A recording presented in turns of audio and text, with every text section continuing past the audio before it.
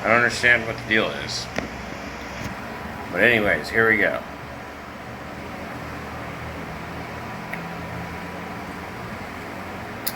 A list of things that I'd like to talk about for our first YouTube video, for the things that are on my mind. First and foremost is putting YAHWEH first. YAHWEH, the creator of all things, the great spirit in the sky, as Enoch says. I know a lot of people don't refer to him as the great spirit in the sky, but I think that's pretty much the most apt thing that one could say. I know he revealed his name in the Old Testament, that his name is YAHWEH, and that his son that he sent to this earth to die for all of our sins, his name is Yeshua. And I accept that. And I accept that he came here to die for not only my sins, but everyone's sins. So that is the standard that I want to hold every single thing I do up to. Even my way of coming here to this country. So that's the first thing. The second thing is moving to Mexico. Alright? I've had some people tell me in the past, you can't go over borders from one place to the next without passports and papers and all this and that and the other. I think that's utterly retarded.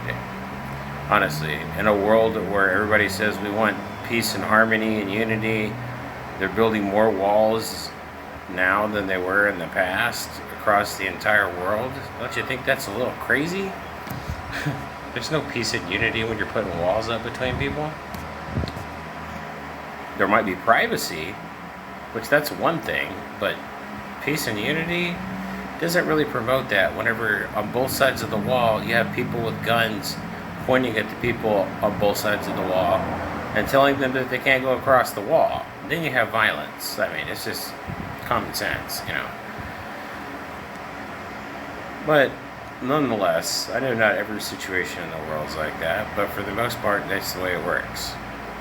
A wall's not going to keep anybody from one side or the other to the other to the other, whatever, blah, blah, blah. So me coming to this country, to Mexico, it was a very long ordeal. It was a very long ordeal. And I can't say that it was the most enjoyable ordeal, but it was the ordeal I went through, so, you know, whatever. I had somebody help me get back over in here for the second time. It was awesome. Not difficult, it's just more time consuming, you know. And if you have patience, then you'll eventually get where you gotta go. I don't think people should be kicked out of any country for just going there. That's just stupid. I mean, Mexico has a higher standard of ethics as far as people like that than people that call themselves Americans. So, like, I don't even call myself an American anymore. I'm not a Mexican. I wish I was a Mexican, but I'm not. So, who knows? Maybe I'll get married and become a Mexican. I mean, that'll be wonderful. I'll have a whole bunch of children. That'll be wonderful. I don't care. That's one of my goals as well. But I'm not going to put that up on a pedestal either.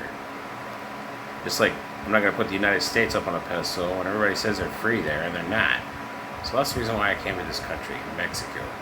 Alcapulco, that's where I'm at right now. It took me 2 days by bus to get here. So far I've enjoyed it.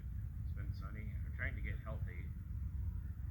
I used to look a lot healthier last time I was in Mexico because I ate right. I ate a whole bunch of fruits and vegetables, and that's the only thing I ate. It was more by necessity than it was by choice. And now I have a little bit of choice in the matter, and I'd like to see if I can't make myself as healthy as I was before. Because I know I'm sick. I mean, everybody's sick, whether they want to. Somebody who might be think of themselves completely healthy, you're actually sick, you know. And if you don't see it, and even if somebody's telling you, and you don't see it, well, you can't fix it. I was not the first time I got healthy. I was in the United States. The second time I got healthy, I was in Puerto Escondido, Mexico.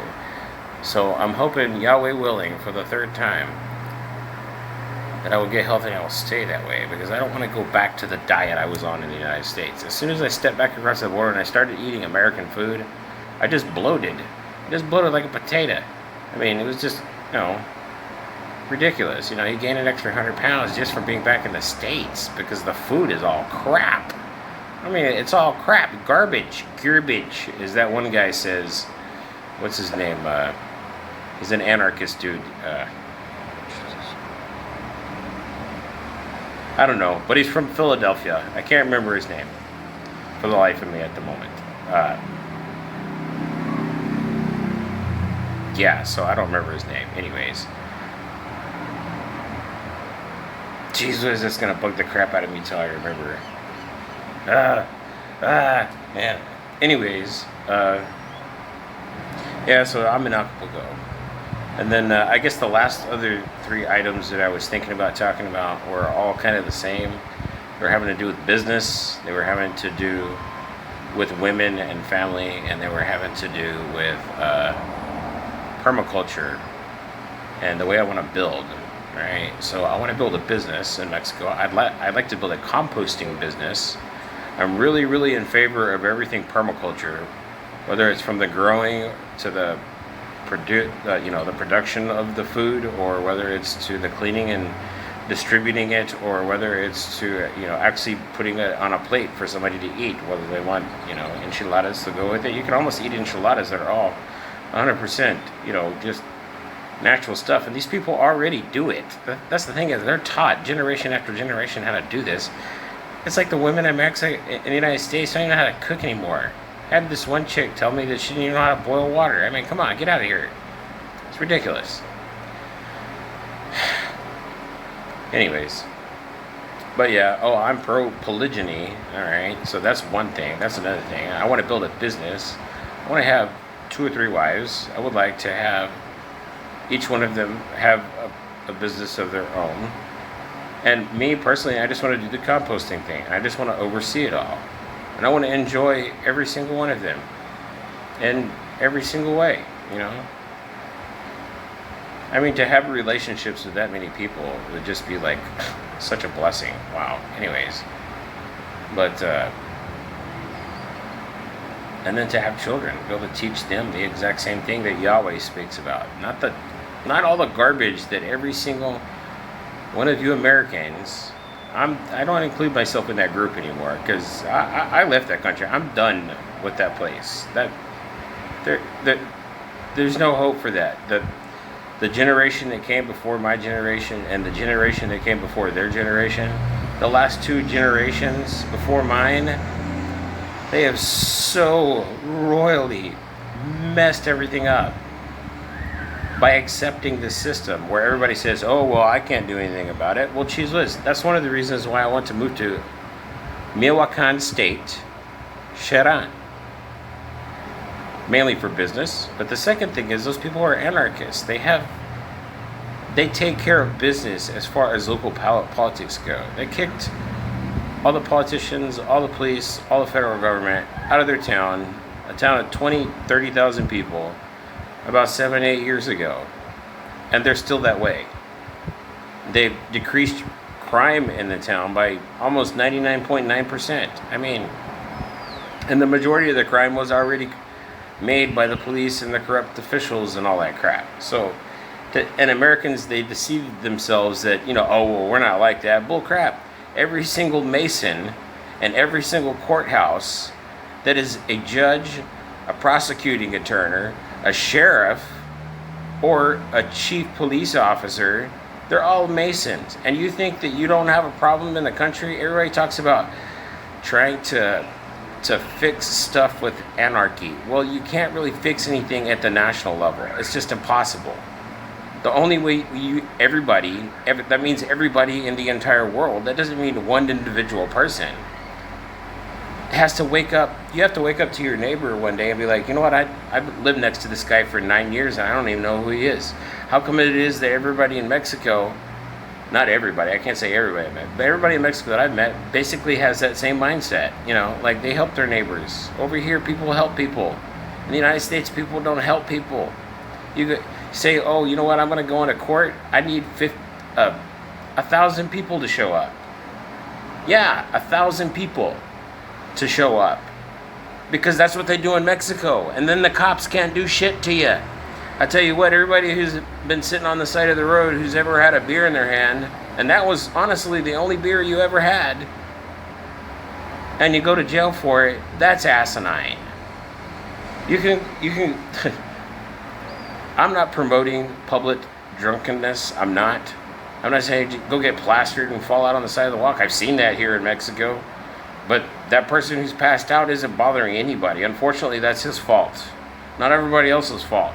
So everybody else doesn't have to pay for it. That guy's just going to feel like crap when he wakes up in the morning and he got 12 people looking at him, you know? That's a simple solution, you know, for that sort of thing. I mean, and that's the way they operate down here. They don't operate like that in the United States because people don't have the right mindset. They want to corrupt everything and make everything like a political scandal so that they don't feel like crap for doing the stupid shit that they do. I know, because I was one of them. Oh my goodness gracious. Baba Black Sheep.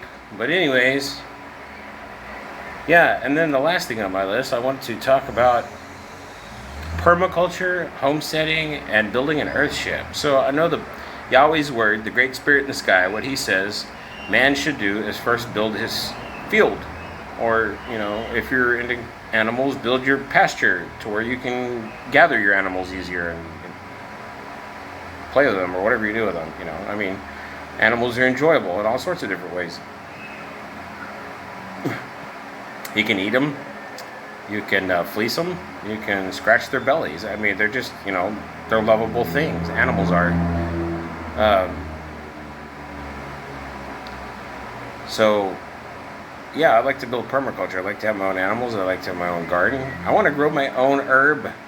To all the people out there who are cannabis enthusiasts, yeah, I want to grow herb. I want to grow everything. I don't want to grow just, you know, that one thing. It'd be awesome if I could open it up to an industrial scale. I mean, supposedly Mexico is going to legalize in October across the board everything.